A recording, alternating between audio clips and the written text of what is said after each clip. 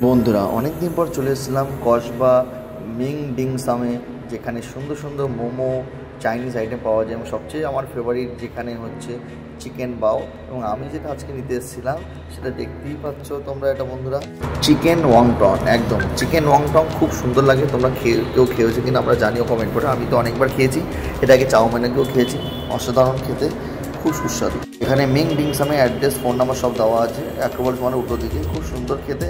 এই পুরোটায় 10 পিস থাকে, মাত্র দাম 140 টাকা। প্যাকিং করে মানে পার্সেল করে নিয়ে আসলে 5 টাকা বেশি লাগে। তো অসাধারণ খেতে। আমি নিলাম সস নিয়ে, এতে সসটাও খুব ইউনিক, নিজস্ব কায়দা তৈরি, এরা বাইরে থেকে সস কেনে না।